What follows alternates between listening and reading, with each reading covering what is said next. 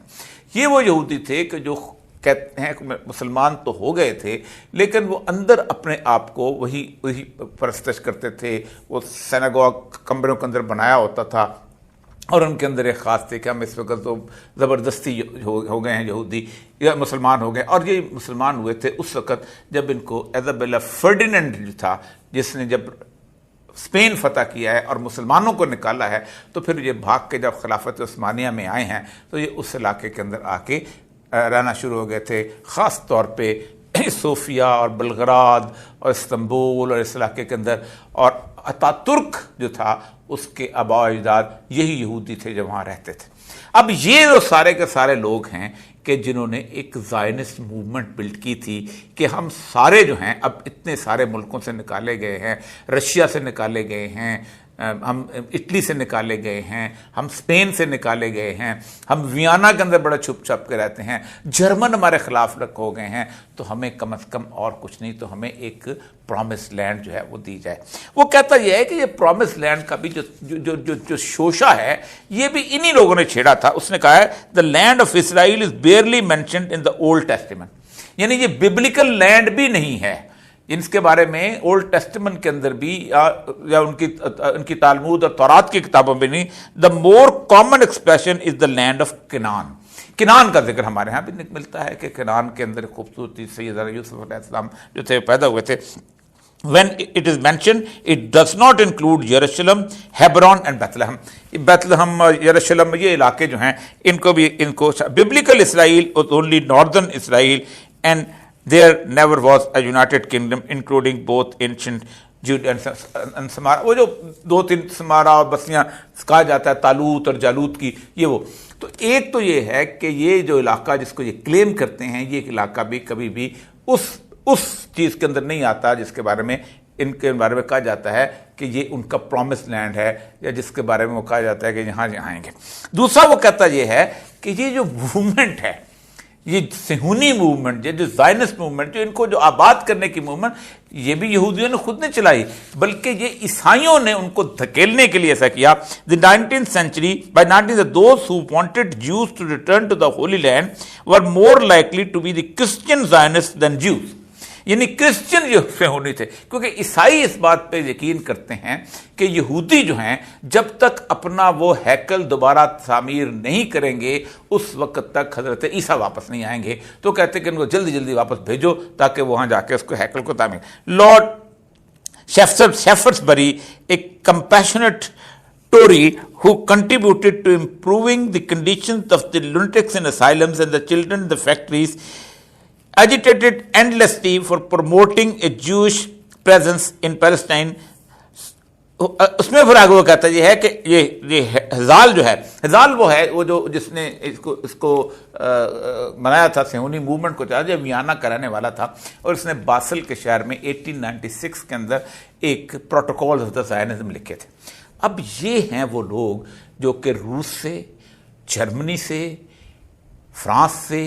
Italy سے زبردستی جن کو مائیگریٹ کرتے، اور خاص طور پہ انگلینڈ میں روتشیلڈ فیملی کا پیسہ جو تھا اس کے ساتھ یہ وہاں پر پہنچے تھے۔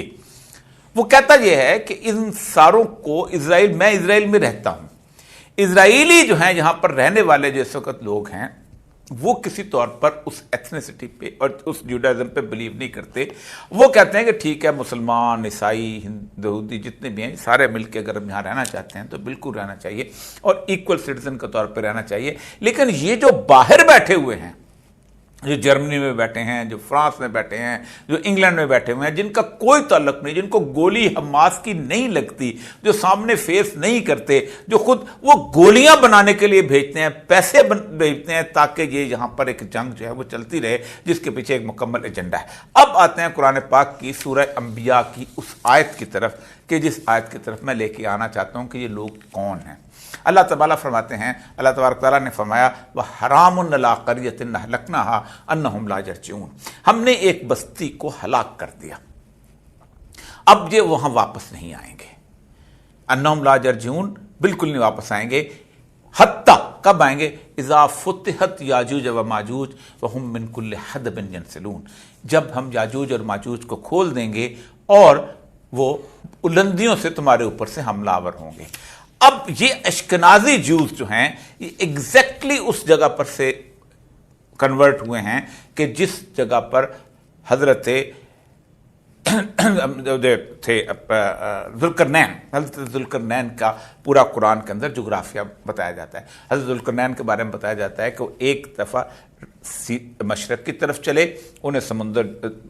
سورج جو ہے وہ چڑھتا ہوا نظر آیا، اور جو عین حمیہ کہتے ہیں کہ ایک دلدلی جھیل، یہ جو جھیل ہے جسے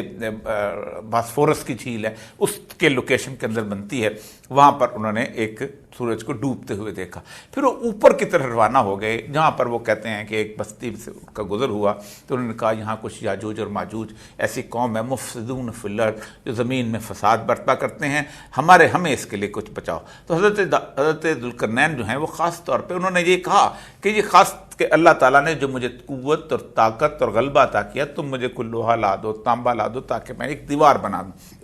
اور دیوار بنانے کے بعد انہوں نے کہا کہ جب تک اللہ چاہے گا یہ دیوار قائم رہے گی، اور جب یہ حکم ہوگا تو یہ ٹوٹ جائے گی۔ اس کے بارے میں رسول اکرم صلی اللہ علیہ وآلہ وسلم نے فرمایا تھا کہ وَيْلٌ لِلْعَرَبِ مِنْ شَرٍّ قَدِ اقْتَرَبَ، عرب کی تباہی اور بربادی آ گئی۔ کب؟ آپ نے فرمایا کہ میں نے دیکھا ہے کہ انہوں نے اس میں اندر سوراخ کر لیا ہے، وہ جو یاجوج اور ماجوج والی دیوار ہے۔ گویا جو اشکنازی جوز جو خزا قبیلہ جو تھا اس علاقے کا، یاجوج ماجوج کا جو تھا، وہ جب جوز بنے ہیں تو اس کے بعد وہ پھر پھیلے ہیں اور پھر دنیا کے اندر اکٹھے ہوئے ہیں، تو تب آ کے اس وقت وہ آپ نے فرمایا کہ انہوں نے وہ سوراخ کر لیا۔ اب یہ سارے کے سارے 2000 سال تک لڑتے رہے۔ ان 2000 سال کے لڑائی کے بعد کرسچینٹی اور یہودی یہ دونوں یوں اکٹھے ہو گئے۔ اولیاء بات جب یہ ایک دوسرے کے دوست ہو جائے تو پھر تم ان سے بالکل دوستی مت کرو۔ یہ جب دوست ہوئے ہیں تو انہوں نے اپنے اندر سے ایک چیز نکالی جس کو کہتے ہیں ماڈرن ویسٹرن سویلائزیشن۔ اس ویسٹرن سویلائزیشن نے ایک راستہ نکالا 1917 کے اندر کہ اب ہم ان کو واپس وہاں آباد کریں گے تاکہ یہ مسلم لینڈ کے اوپر قابو پائے۔ آپ صلی اللہ علیہ وسلم فرمایا کہ یاجوج اور ماجوج کا پہلا جو لشکر ہے وہ جب دریائے سی آف گیلیلی، جو سمندر ہے، ایک جھیل ہے، پانی کی، ٹھنڈے پانی کی جھیل ہے، میٹھے پانی کی جھیل ہے جس میں دریائے اردن اور دریائے لبنان گرتا ہے، اس کو کراس کریں گے تو اس میں پانی ہوگا، لیکن جب دوبارہ اس کو دوسرا قافلہ آئے گا تو اس میں پانی نہیں ہوگا۔ تو اس وقت جو وہاں پر یہودی ہیں اور ان کو جو سپورٹ کر رہی پوری انٹرنیشنل جو زائنسٹ موومنٹ ہے، یہ بنیادی طور پر وہ بنی اسرائیل نہیں ہیں، بلکہ یہ بنیادی طور پر وہ یہودی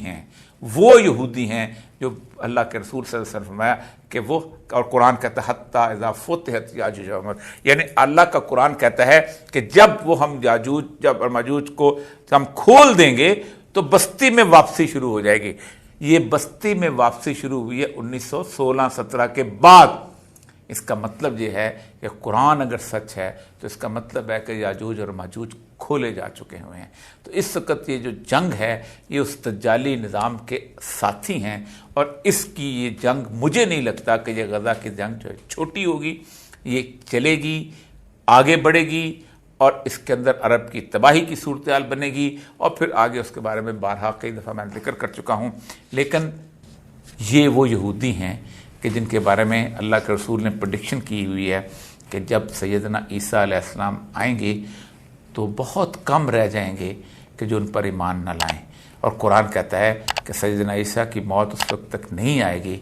جب تک سب لوگ ان پر ایمان نہ لے آئیں، اہل کتاب جو ہیں۔ اجازت دیجیے، وآخر دعوانا الحمدللہ رب العالمین۔